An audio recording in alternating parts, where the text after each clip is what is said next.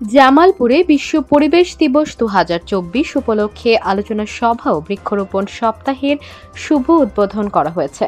বুধবার সকালে বেলটিয়া পুলিশ লাইনে মধুপুর অঞ্চল ব্যুরো বাংলাদেশ জামালপুর শাখার পৃষ্ঠপোষকতায় অনুষ্ঠানের আয়োজন করেন জামালপুর জেলা পুলিশ।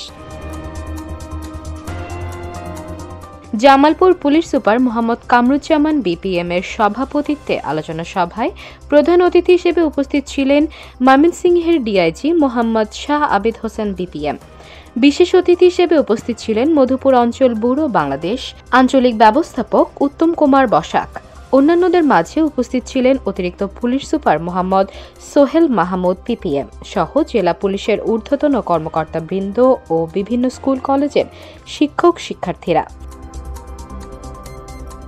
এ সময় বক্তারা বলেন, বিশ্বে জলবায়ু পরিবর্তনের প্রভাবে ক্ষতিগ্রস্ত হচ্ছে বাংলাদেশ।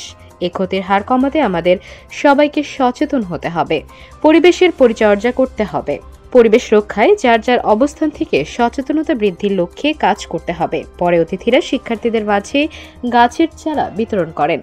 আমি যে যতবার নিঃশ্বাস প্রশ্বাস নেই এবং এখান থেকে যে পরিমাণে অক্সিজেন আমি গ্রহণ করি, এটি যদি আমরা অর্থমূল্যে বিচার করি তাহলে কিন্তু গুণে শেষ করা যাবে না। আমরা জনগণের বন্ধু হয়ে থাকতে চাই, জনগণকে সেবা দিতে চাই।